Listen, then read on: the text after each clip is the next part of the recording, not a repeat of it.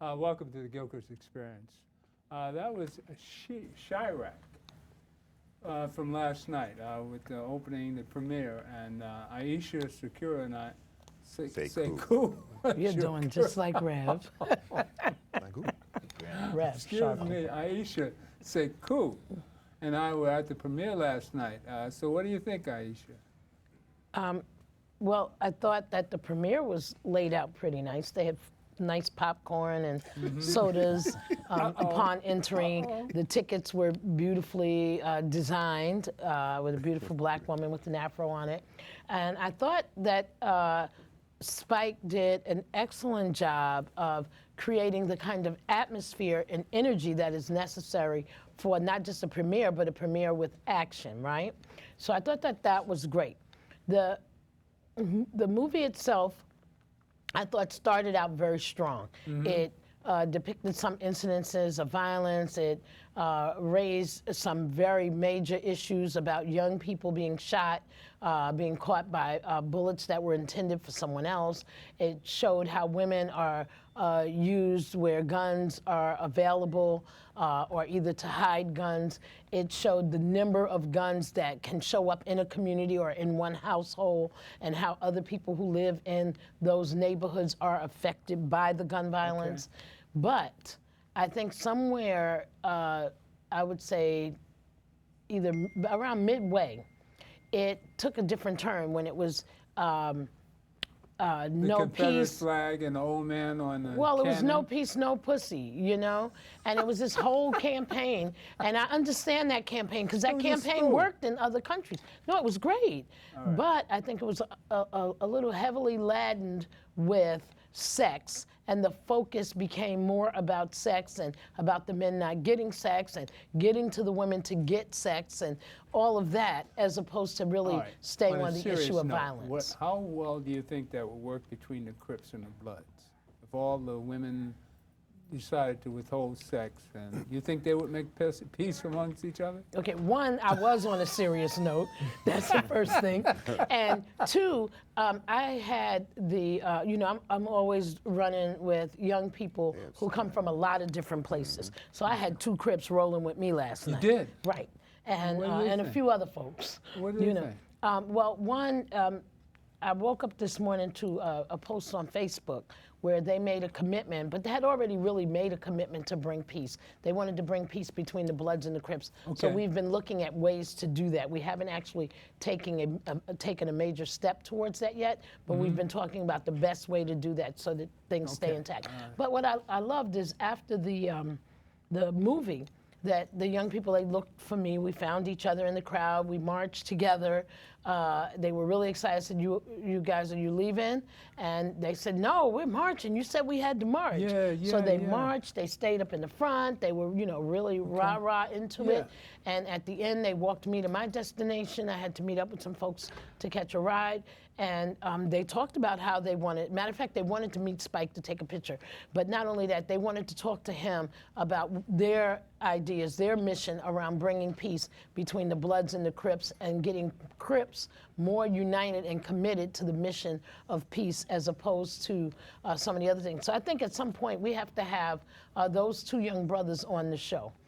Because, and they're young, they're in their early 20s. Okay. And one has two small children, and the other I just met, so I don't know a whole lot about him. But the first one, Radell, his name is Radell, he has been on the front lines with some of the work that we're doing.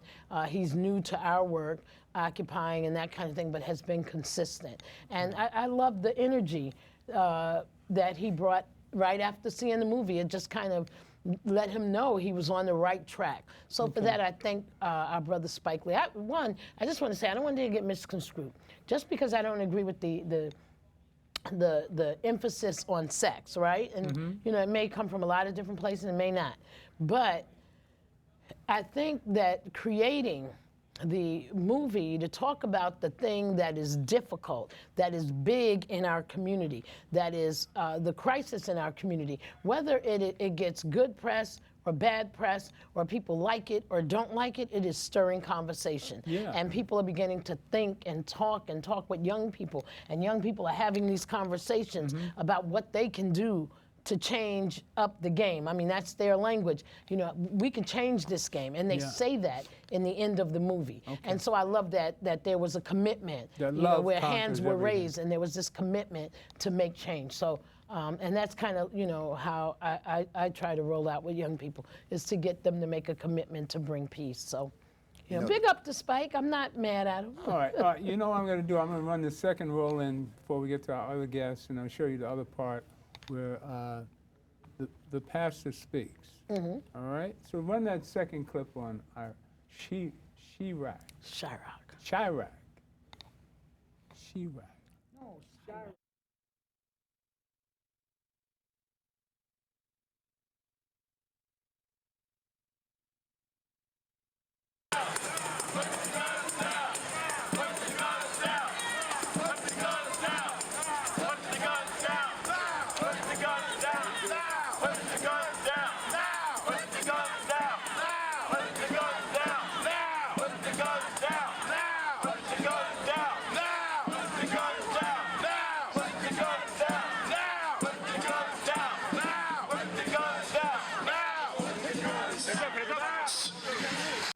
Peace. That's right. That's right. Rev, why don't you jump on? Let us say, how many of you enjoyed the movie tonight? How many of we are you committed to keeping the fight or stopping the violence and putting the guns down? Wait a second. How many of you want to join New York in thanking our own homegrown legend, Brooklyn Spike Lee, for this message tonight? Come on, stop the violence. Stop the violence. Put the guns down. Put the guns down. Put the guns down. Put the guns down. Put the guns down. Put the guns down. Put the guns down. There you go. Hey, this guy right here. I want us to give a big hand to one of the characters in the movie who's been fighting this on the streets of Chicago, my friend and brother, Father Michael Flager. Let's have a word. Thank you, Reverend Sharpton. Chicago, the South Side. Somebody say South Side. I just want to thank Spike Lee for having the courage. He made us look at it. He made us look what's happened to our future, to our babies, to our children. But now it's up to us. Every single one of us out here, it's on our hands. Now, what are we going to do about it? Are we going to save our babies? Or we just close our eyes and let it go on? It's not going to come from the top down.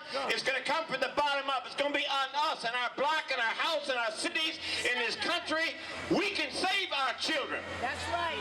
Our children are our responsibility, and they're in our hands right now. I want you to put up your hands and say, I make a pledge tonight to stop the violence in my sight, in my home, on my block, in my neighborhood, in my city, whether it's Chicago, New York, Brooklyn, Los Angeles, Philadelphia, wherever it is.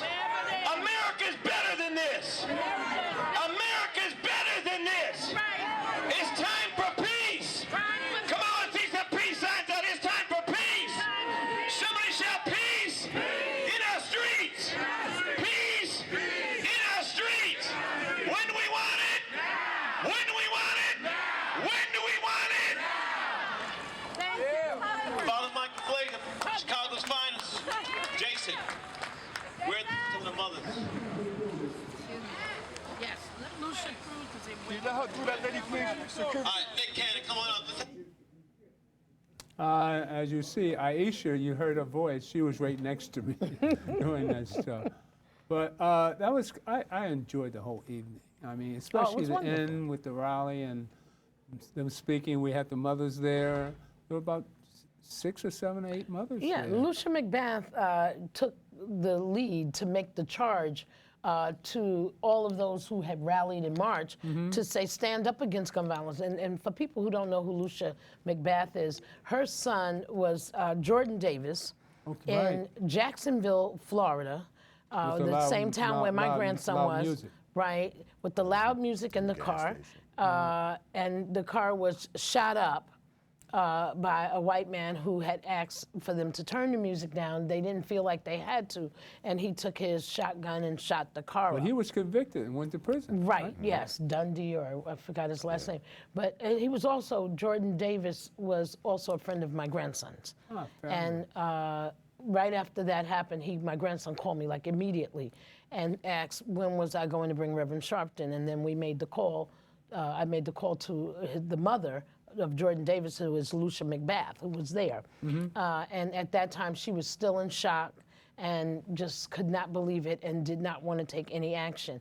But that this whole killing of her son has catapulted her into activism. So it was heartwarming to see her. We've been on panels together since then at the National Action Network convention. So it was heartwarming to see her taking leadership, which is different than just her being on the panel. She took leadership for a call to action for people to stand up against the violence, to tell where the guns are, and to save our children. So I just, really have to send her a lot of light and love for doing that. Well, I mean, you and I sit there every Saturday when Sharpton brings you up to announce the most vital activist in the gun violence, anti-gun violence, is Iesha Sakou.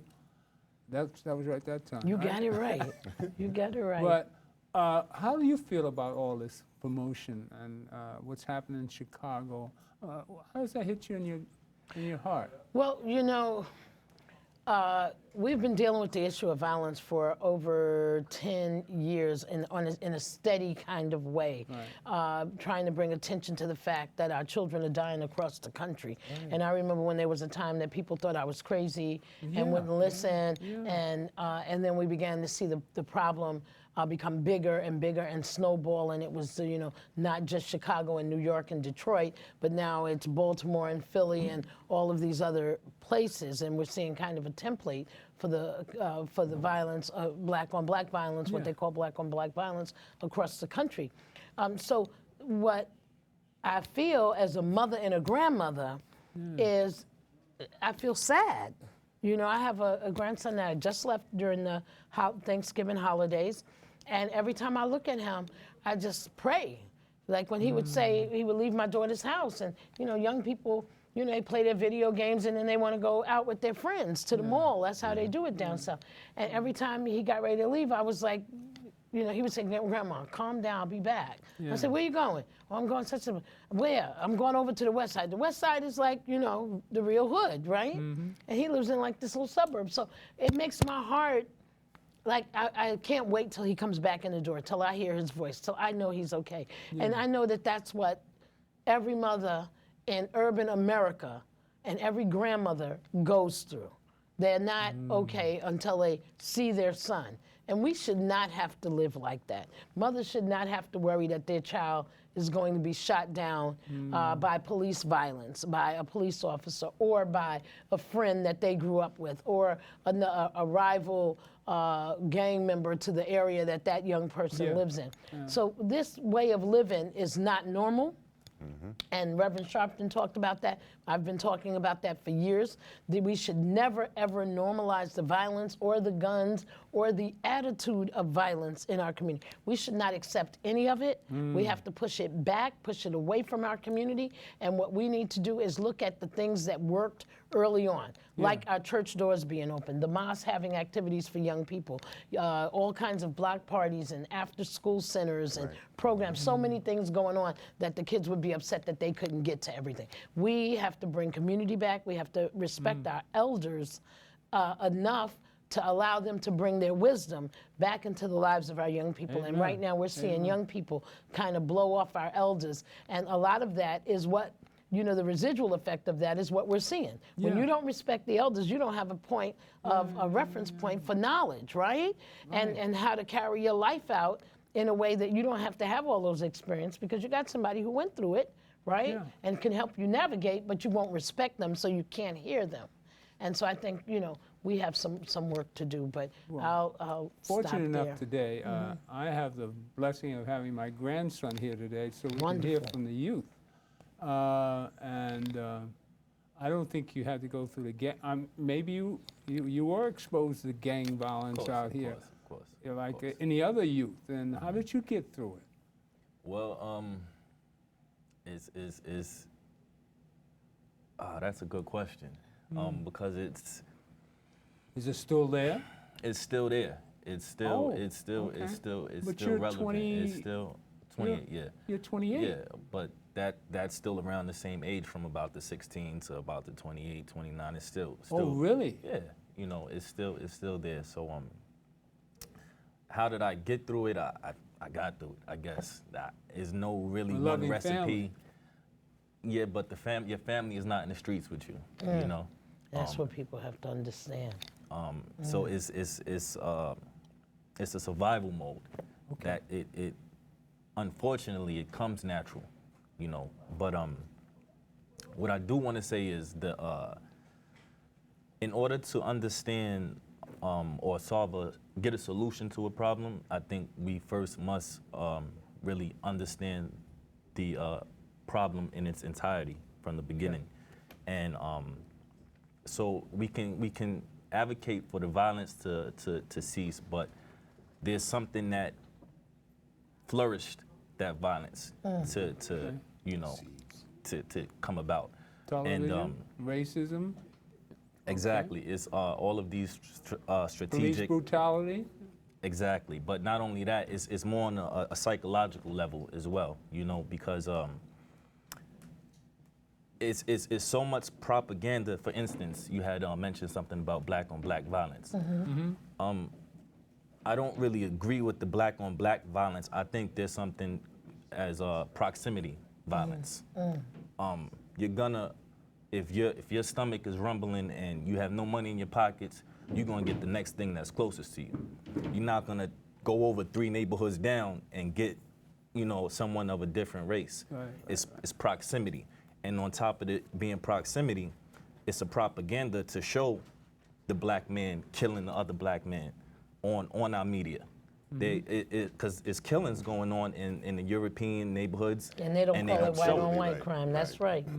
So it's of course, and it goes back to just knowing our history as well. Willie Lynch syndrome.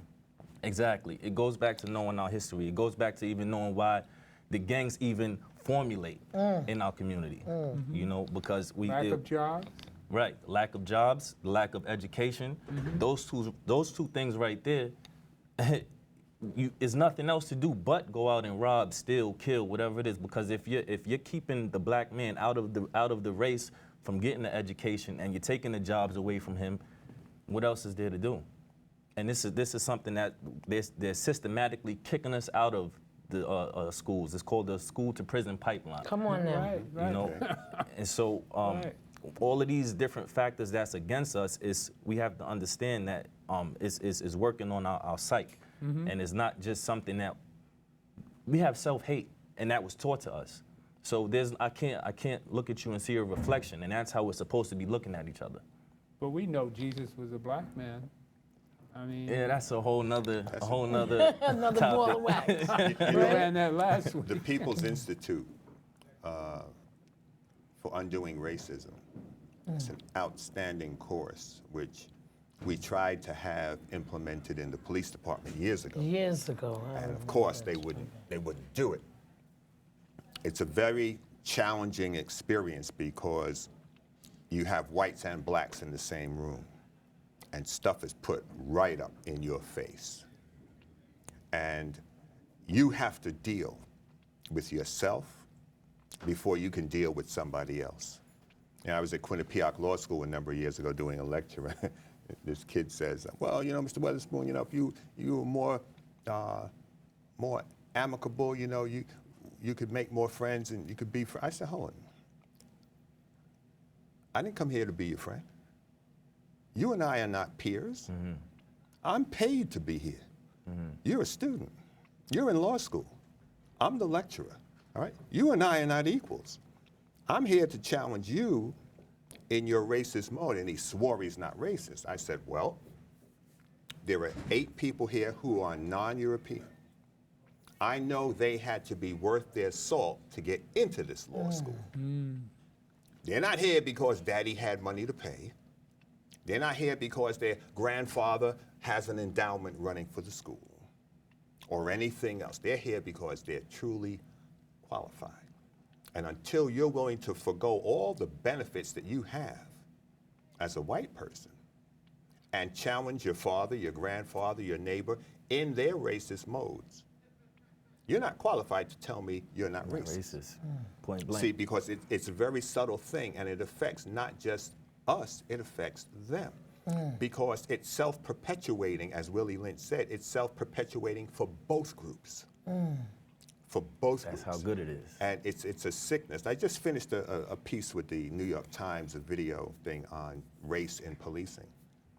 And they had myself, a captain out of, I think, Philadelphia, 2 detectives from NYPD, and a retired female white officer from Florida. And there were, the 2 white guys were like night and day.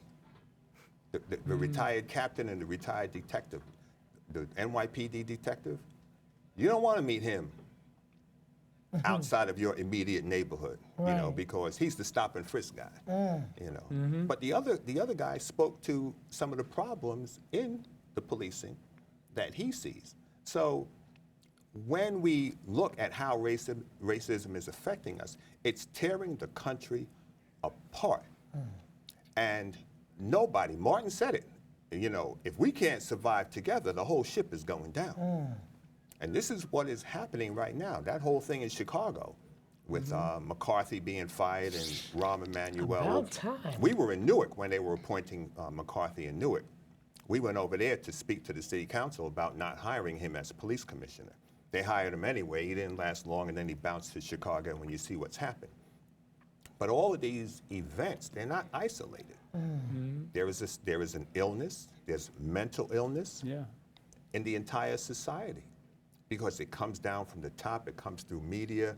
You know, you see shock and awe. Oh yeah, we just dropped this bomb, boom, shock and awe, you know? But it's different when you're looking at a disemboweled or a dismembered body. See, I've seen that kind of stuff. I've smelled death. You smell death, right? In the heat. It's an odor that gets in your clothing, it's in your hair, and if your gut isn't strong enough, everything in you is coming up, right? But people think that killing is some flighty thing. I was talking with 2 men near City Hall one morning, 3 o'clock in the morning. Have anything to do with the video games out here? That too. All of this is indoctrinational stuff. But I hear a shot 2 minutes later, and I double back. The guy I was just talking to, half of his head is gone. And his body is on the lawn of City Hall. So you've seen it? Yeah, I've seen it. I've seen it time and time again. I've seen people thoroughly disemboweled, you know. But that is not normal to see. It is not normal for people to think that you can just shoot somebody. That's right. Because they live on a different block. We're sick. What sort of, give me a hint of what kind of mind would sit there and shoot a kid 16 times?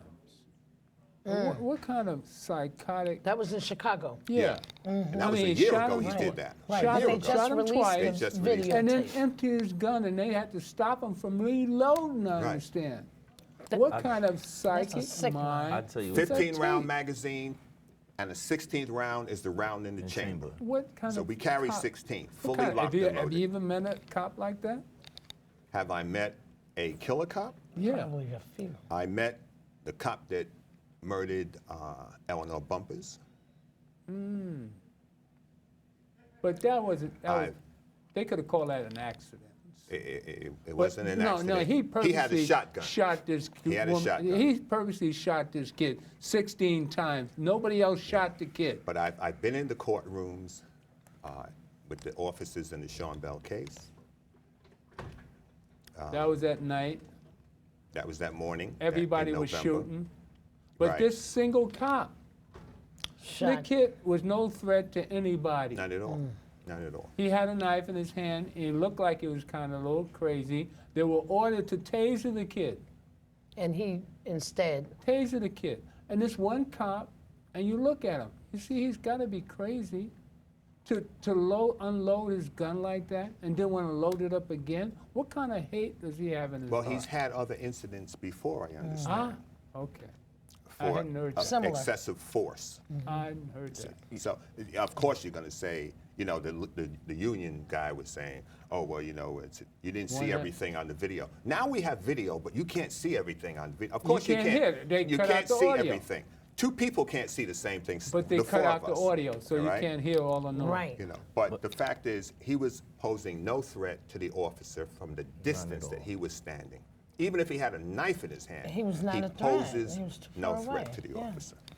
And I can tell you what type of mind that is. That history shows us that what type of mind that is the European mind, because that's nothing new. That's been going on, and that type of slaughtering has been going on forever, basically. So on top of that being that European mind, we are basically looking through the same European mind. And so we are allowing ourselves to act just like how they have been acting towards us for generations, because they have brainwashed us. We're bringing it to each other. So we're doing it to each other because if I try to just please the other race and it's not working, I'm gonna start doing things imitating that race has done to my people. You know, so it's an imitation almost. Goes back to last week when Rosalind Jeffrey was talking about we're a parent people. That we as blacks are actually the parent people of the earth. And that we have a spirituality which this is foreign to our nature. It's not who This we are. whole, Not who we are. Not how we are created. Crabs in a barrel without, what did you say about the crabs in the barrel?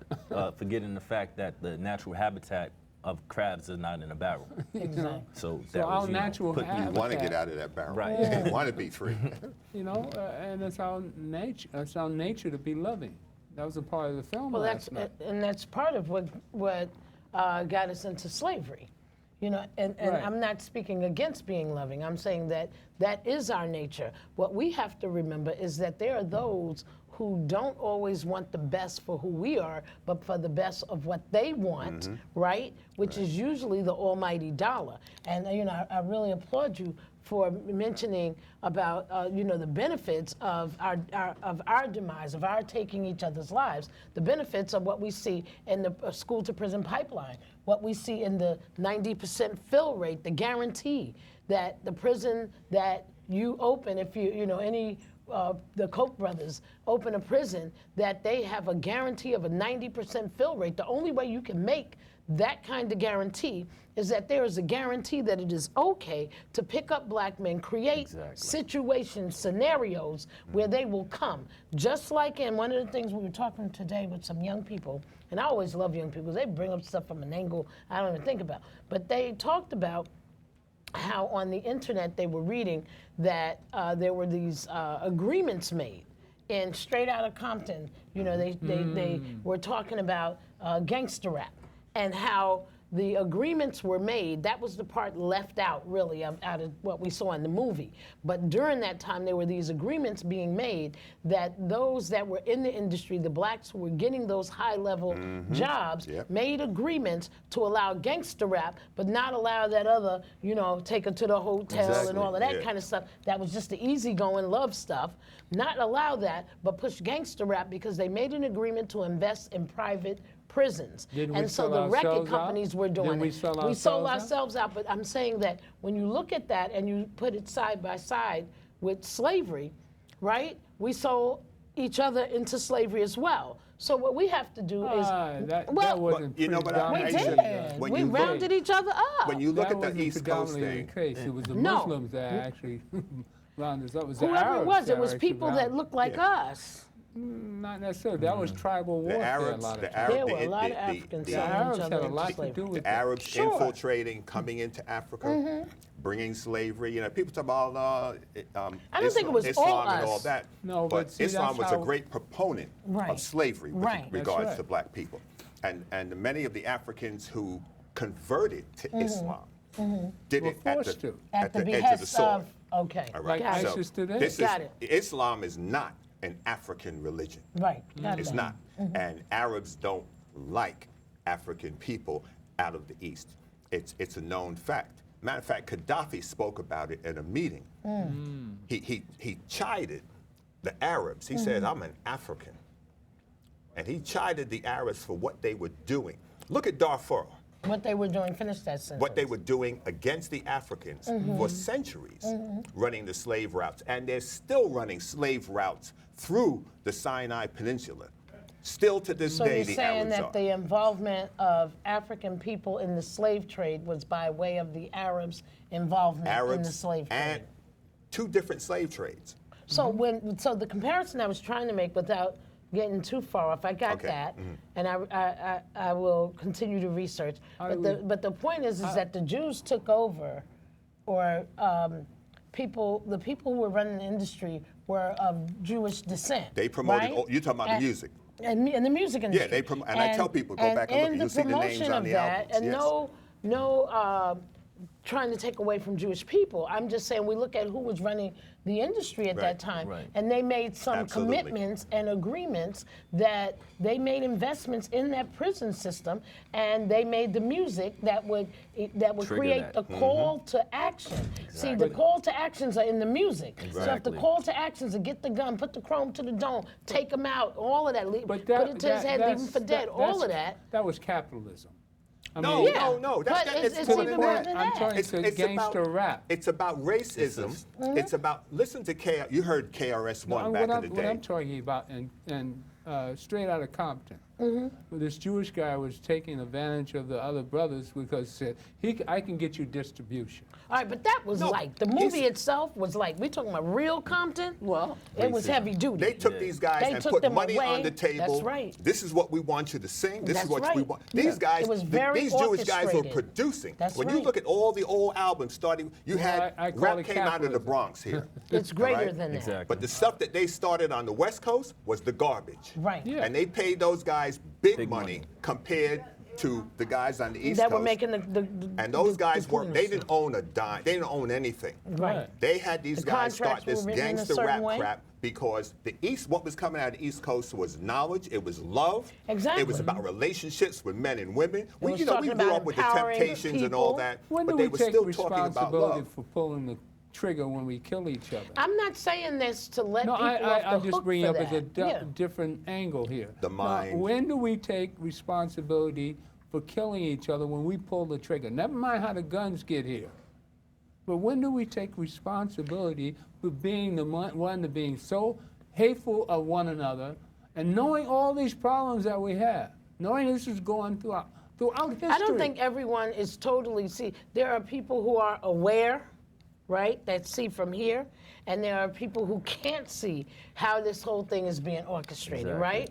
And so the way that it continues to be orchestrated, it's cloaked in a lot of things. Exactly. It's cloaked in low self-esteem, and if you do this and you act like this will get you respect, this will get you notoriety, the women will love you if you got the Cause chain money. on. In the movie, they showed the girl in the bed with the guy with the gun, and then she said, I just love when you had that, you saw that. Yeah, And but- we know that was a parody, but part of that is the truth. I know women that have said, I don't want no man unless he know how to take a life, unless he has taken a life. Like, what is that? Right? what happened So to we it? have to be careful about these messages. I mean, when it was, when it was the back of the bus days, we were kinder and gentler towards one another. Absolutely. But there wasn't the thinking- same yeah. propaganda. There wasn't the Exactly. same media back in the days. It wasn't the same thing So that's how do we going on. change it from a youth standpoint? We have to, once again, we have to get back to our history. That's the only way we're gonna know who our enemy is and what's actually going on. Because like you said, you can see it but not three it. Because we got three eyes. So we have to know that there's not just a war physically going on. It's a mental war. It's a spiritual war. It's a colossal thing that's being thrown at us right We're now. going to play that piece you brought to us from, what was his name? Dr. Umar. Yes. Dr. Oh, Umar. Dr. Umar Johnson. Yes. Umar that's my Johnson. dude. All right, I like play that. that piece labeled Kevin. All right, we'll come right back at you.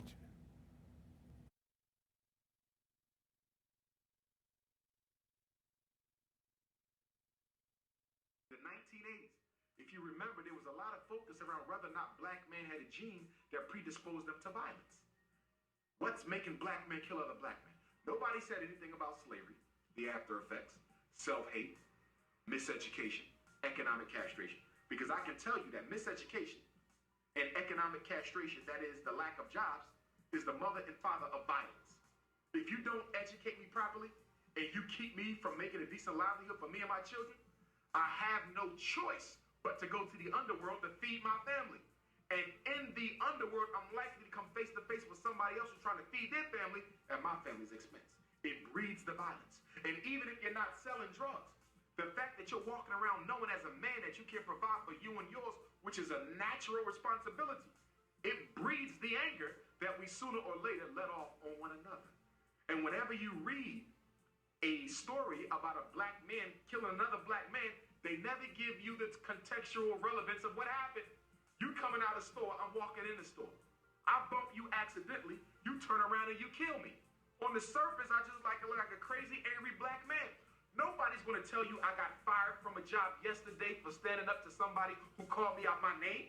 Nobody's going to tell you that I've been putting in job applications for 2 years consistently. As soon as they find out that I've been to prison, they drop me from the job. They don't put it in context. 75% of the violence that's taking place out there by black people is economically based, and nobody's dealing with it. Half the black men in Philadelphia, unemployed. Half the black men in Baltimore, unemployed. Half the black men in New York City, unemployed. But you don't want to tie that to the rise in violence? Everybody knows when there's never enough jobs in society, violence goes up. Even amongst white folk. This is what sociologists study. This is the science of criminology. No jobs, violence. More jobs, less violence. You know this. But when it comes to black people, we don't want to put it in context. Because we are trying to do what? Exterminate the image. We're trying to get people to see black people as an unnecessary hindrance to the progress of humanity. Francis Wilson. All right. Right on. Now, I'm old school, and I see that just as a jive excuse for not doing anything for yourself. Now, it's always been like that. You know, I was taught to work all my life. I don't know what it's not be able to go out and get a job. But I you don't care have how parenting bad. Let me finish. like we Let had. me finish. You don't have that parenting Let me finish. anymore. Because of the fact that I take that as a job excuse. Because you mad at somebody else, you're going to kill your brother. You go out there and get a job no matter what the situation is.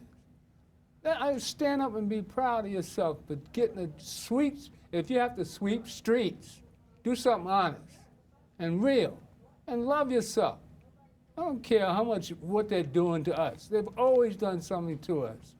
That's not what's being taught to our children Not today. now. As That's she what said, teach them now. wait, as That's she what said, Teach them now. Here's the Aisha time said, to That's teach. the old woman school. said she don't want a man unless he got a body. Yeah. Now that These same women woman, are saying that that. same woman will give birth to a child. That's right. And what do you think she's going to be teaching the Same child? thing, that you got to Whether get it's out a here and girl get or a yours. boy, if it's a girl, take she that- should go get a that's right. gangster. If he's a boy, he should become a. Then that's This the this problem. isn't just. Become a This is not Then here and that's a now. problem with us if we're not handling Well, that. the thing is that really it's a very overwhelming situation, to be perfectly honest. I mean, But we've always had overwhelming Sure, situations. but what I'm saying is those of us that do anti-violence work, the women who raise young men in a household without men in the household, we have a broken society. We have men who don't want to, can't be present, won't be present, mental illness, incarceration, can't get a job, just like Umar Johnson said.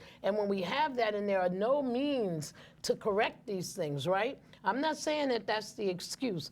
I'm saying that we have to demand, we have to put our time and our energy in places where we know that those issues that are systemic to the violence, to broken families, to miseducation, all of that, we have to put our energies in those places to correct those ills that are breaking down the fiber of our community and our families and our relationships. No excuse. We have to do the work to make the correction. And it's not, we can't expect and keep begging other people to do it. We have to do it. If I'm selling drugs to somebody, I know that's going to kill them. That's just as bad as me taking out a pistol and blowing their brains off. Yet we idolize and glorify drug dealers.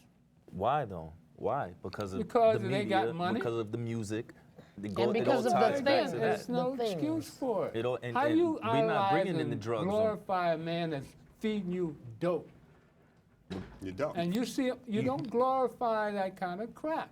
I'm coming old school.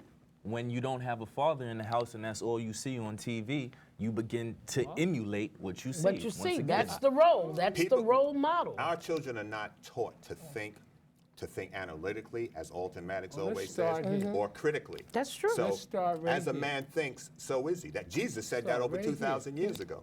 So when you have schools, see, people bought into this stupidity of mayoral control over schools. Bloomberg was not an educator, and neither is de Blasio. They don't need to be running the Board of Ed. We have seen the Board of Ed go down a rabbit hole in the last 15, 20 years where our children are less educated now than they were 20 or 30 years ago. And the standards of education have dropped. And this is not just in New York, it's across the country. The United States globally, at best, is in 17th place with regard to education and 27th in math. So this country is going down. And what I want to get to is this. My grandfather never learned to read or write, never voted in his life, was a sharecropper. He was good for shooting the Klan, but he couldn't read or write. He could do math. But of the children that he had, of the 13 children that he had, all that wanted to go to college went to college. Yeah. And we need parents. We have lost 2 generations in this process. They're not educating the children. Children are coming out with these stupid certificates and all kinds of stupidness they think they can get away with. Bloomberg was moving kids through high school into certain schools in the city university, and they think they're college students. And I'm talking to students at Medgar Evers who are taking remedial math and English. You're taking algebra. High school math. Algebra is a and junior high school math English. class. That's right. So okay. this is under Bloomberg. How the devil you get out of high school? You haven't had algebra. You're sitting in you're sitting in Medgar Evers, and I had to explain to him, you're not a college student because you're not matriculated. And he's borrowing money to go to school. He's got student pay- loans to pay for a junior high school math class. So they're bankrupting you economically. This is all part of the process. all You see, process. because the parents don't have a clue because the parents didn't go to school. Right, and All they right? think that the the kid parents is have in failed. The college, greatest yeah. asset of any people is in their children. That's right. And like Maya Angelou said in the Black Family Pledge, they hold us up before the world. Right. And they say, look at these. They don't even regard their own children. Hey. They are loveless. This is where we are. Hey, And hey, we you have to know, make the hey. turnaround. You can't expect your adversary to make the turnaround. I always Absolutely. suspected that my father didn't like me. 'Cause I always thought he didn't like me because he'd look at me and I'd say, yes, sir. What do you want me to do next? You know, if I came home with a bad card, I remember he caught me in the corner and popped me once. That was the last time I came home with a bad mark. Exactly. I mean, he was no nonsense. You can ask But my see, I was and- working since I was alive. All right, I know I was fortunate enough to have that father You behind were me. blessed. I was blessed, right? and but I fell especially to apart get when my popped mother every once died. in a while. You I know? fell apart when my mother died. Okay. Because that was my love energy. I lost the love energy in my life. And I swore she was an angel. You know, anybody knew anything about her. My grandsons heard about what an angel she was. So, I mean, I had that love energy in my heart. But my father was hard-nosed. But I was glad that he was there. And thank God he was there. And I think All right. that's like Evident in me sitting here best. today. But I understand that. But if we understand that's the only way that you can come up right. So we should stand proud and to be that way with every black human being that we see standing in front of us and take an analytical breakdown of what their problem is, because we know what the problem is. And one of the problems is that we don't love each other enough. absolutely. We don't love each And other we don't enough. love our young people. We look at them with You hate know, and they have no respect for their disgust. elders. It's a two-way And street. everybody We wants have for to what respect. they want that will be best for them. Everybody's bought into out America. for me. It's That's the- what a drug dealer does.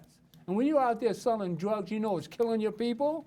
You're the one that needs to be shot dead in the head. And who is that ultimately best for? The drug dealer. Who is that It's the ultimately? whoever same is people. Exactly. bringing Drug the dealers drugs don't into import them. it. And you Exactly. see, we've seen all these takedowns of the planned genocide in the 80s, where they That's brought what it it all in is. from South America. We've seen this history Planned, before. But we strategic. know all this stuff, and still we're not doing anything about it. And Spike says, hold away. No, no peace and no pussy. Excuse me. No, you know but what I that's mean? what- that's what he said. But it was, but the end theme of what I saw it was really about is that you gotta love. You know, my pastor taught me when I turned around and turned to God, my pastor when on his dying sermon, he taught me, you gotta love people like God loves people.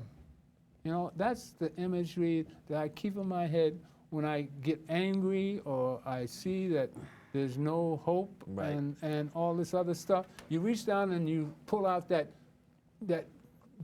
parent people. But it's With a just parent. You see what Jeffries talked to us about last week. right, of course. And look how it brought you up to being hopeful about what can happen in life. But it's just not that. It's just not love. It's action behind the love as well. And Okay. it's just not prayer. You have to get up and do, make that come to Love is an action manifest. verb. All right. You know. Action verb. Okay, gotcha. The thing is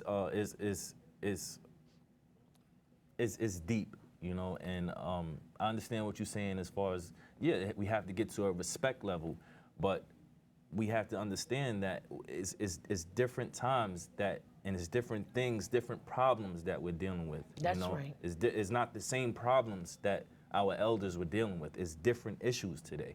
You know, we have, For instance, getting a job. well, that may be along the same problem. That's always for nothing new. instance, That's that's nothing new. But for instance, special Going to education school? for our kids now, Yeah. and the diagnosis of all these autisms, these vaccines and things of that nature. And the medication, to medication. feed those so-called diagnoses. Right. You have kids who are over-medicated, But when- and Right. those kids are filling the prison. Right. And when they get hooked on the medication, and then their behavior Exactly. is even worse Exactly. than it was before, and say they don't take the medication, now you got a kid that they want to keep in a cage, than a Exactly. real cage, not a cell, in a cage, in solitary confinement, and then when they re-enter society, they're someone totally different. So we do have some different kinds of issues that we're seeing that are systemic to the way that we decided to deal with some problems in our society. So the kid won't be quiet. He won't be still in class. He doesn't listen to his mother. So his mother signs off on him getting medication. He becomes a kid that fills the prison. We got kid jails. We don't have assessment, treat the problem for Treat the real. problem. We have put that kid at 8 years old or 7, which is the age of reason, Graham, right? The age of reason is 7. You can incarcerate a kid at 7. What is wrong with a country that can incarcerate kids at 7 years old, as opposed to we all had the that on, technology yeah. and all of the education and all of the intellect that we have? We don't Nutrition. know how to Exactly. create a better family, how to create a better child, how to address some of these issues.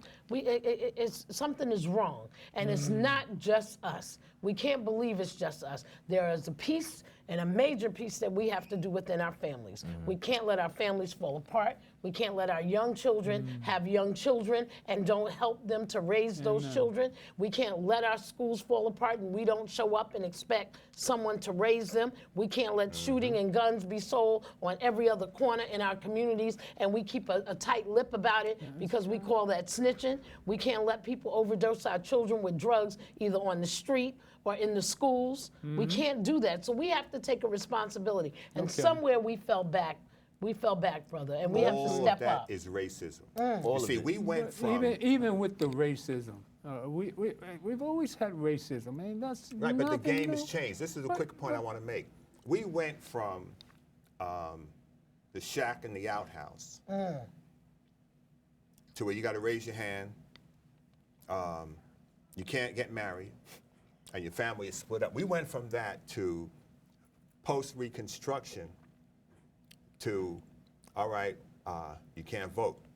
They freed you, but you can't vote. You can't live in this neighborhood, and you can't walk this neighborhood after dark. All right? and you can't eat at this lunch counter. And we got past that to some degree. Because they said, well, wait a minute, we let these darkies come in here and eat. We make money off of that. We understand There you that. go. Integration and all that lunch counter stuff was a sham, because this was about capitalism for them. Not that they cared that they wanted you, they just take your money. They want the money. And in the process, they know that their business can expand while black businesses decrease and go out of business. Because people are gonna now wanna you come have to their Target white and counters, Home right. Depot and all these big chain stores out here. Then you turn around, and let's take it another step further. You talk about education, and you talk about vaccination and all that stuff, and you have young mothers who don't have an education, but they're forced, they're told, if you don't sign these papers so we can medicate your child, we'll take you into ACS. all right? Exactly. So we take it a step They'll further. give them an Scam. ACS case All and of this- call it Another negligence. drug. This is the Another drug. racism. Yeah. Another drug. Racism is not Racism. about a freaking cup of coffee and It's a about diner. money. It's about money. You need to, right, capitalism and the control of people. It is people who exercise control over another group of people by That's the it. virtually determined by the So color when of are their skin. we're going to get hip to that and start getting our own black organizations? Why? Because black man doesn't trust. You know any black people you can trust? Sure. Yeah. I do. You do? Sure I Yes. do. I do. Well, why don't we have any black corporations? We do have They're all black black corporations. Where are the corporations. black corporations? We have them. Are we helping each other? Winston, these there black are plenty of black corporations? You know, corporations. I Why don't, aren't we giving each other jobs? I think that there Why are. can't we gang up on all this racism and do for something as a ourselves. team? You know, I have to Why say. can't we We- get we- everybody at National Action Network and We've stuff? we've No, we've done that. You know what I mean? We've done that back in Oklahoma. Why can't we do on it? Black Wall Street? Well, that's that. And what Well, what we know happened why there. that happened. That segregation put us in a where we had to better provide spot. one another. Integration broke us apart. Right. Oh, we'll sell each other out to get another dollar. We're saying it's not racism, it's capitalism. It's all about money and taking the greed. You go to Africa, you go to the Congo. We did the Congo for years. And it's black on black, the tribal, byproduct of the because of the racism. fact that the It's white the man knows what to byproduct. do with the minerals when he takes it to Europe. Everything. But they're not smart enough to get tribally together and protect the land. you see that everything. Education. Everything My goes own back. point is that we got to learn to love one another more than we do, and that'll stop the gun violence right off. Next time you see a black man get in an argument with a black man, try to bring some peace to it. I do that You do that on a all regular. the time. So, and next time you don't have a job, you go out and try harder to get a job. You know that what's out here is against us. It's always been against us. And I think But we to have to kill be one willing another is a different take. To me, you ain't got no excuse for killing another man. Well, we It's have against to, God we have and to against control the everything messages about that you. come into our No households excuse. and into our communities. There ain't If no the excuse for picking up a gun and killing anybody. No, it's not. But if the I don't want to messages hear are it. constantly Drugs, bombarding racism, our any, children and our any community, ain't no excuse Controlling to kill the another thinking. man. If Winston, That's if it. you and I were not, if we were not taught the way we were taught, we wouldn't think this way. Exactly. We wouldn't think this way. And it comes back to the way that people Brainwash. think. All right. Remember Gazelle glasses back in the Yeah. early 80s? People getting shot for a pair of glasses. pair of glasses. Then you came along, they The came coats, along with what was the Nike, coats? the sheep shearling Sheepskins, coats. sheep- Then Nike sheep came out with their BS sneakers, and Uncle Tom Jordan signed on with Nike, all right, for $15, and people are killing each other for $2 and now $600 and $800 pairs of sneakers. People have no self-worth or value, so they want to have somebody else's name hanging on their body to give them value. I bought a car, and I told the dealer, you don't put your name on the back of my car. Oh, well, you don't prep my car with your name. It's my car. If you want to hang your name on my personal car, you have to pay me. That's called advertising. Exactly. I don't walk around with Sean John. I don't care if he's black. I don't walk around with Fila. I don't walk around with Nike. They don't pay me to advertise for them. All right? When they start paying you, then you walk around with their stuff. And Nike is one of the companies that kills people of color all around the world. They do not have a white person in one of their factories anywhere in the world because they have carcinogenic materials and people are getting sick and dying from the chemicals that work. You don't work for Nike past age 26. You're retired by then. So they don't all do that that. stuff to their own people. But our people have no self-value, self-worth, but they think by getting things, they become a man. Exactly. Clothes don't make you a man. I'll go back to the Men make beginning clothes. that Well said. I say it all the time. Until you rise yourself up, you can't rise anybody else up. So here at the Gilchrist Experience, we preach love energy at all times. Absolutely. You gotta love people like God loves people. I don't care how mad you get. And like we love See that? See you. that? Like we love you. And we're happy that we have the Gilchrist I mean, come on. report. Ain't no hate in experience our for heart. this. Yes. Ain't no hate. Love your brother, no matter what he did wrong. I mean, that's kind of hard. It's hard as hell. I mean, I fight, and I'm the worst of anybody when I get angry. I mean, the devil, I got a devil in me too. The Marine comes So, out. you know, the Marine comes out. They I've taught seen me it how to once. kill years ago, and I get angry, and that comes. But I've learned that God's got to be the only answer, because I can't survive any other way. You can't really survive hating anybody. You get ugly. Oh, hey, I'll be 75 in April 27th. I'm And you look 74 years old, and this is through God, man. Yo. This is what's See your up. I see. grandfather Do we have any time left? This is what's showing up. off. But again, the God in me loves the God in you, and thank you, my guest today.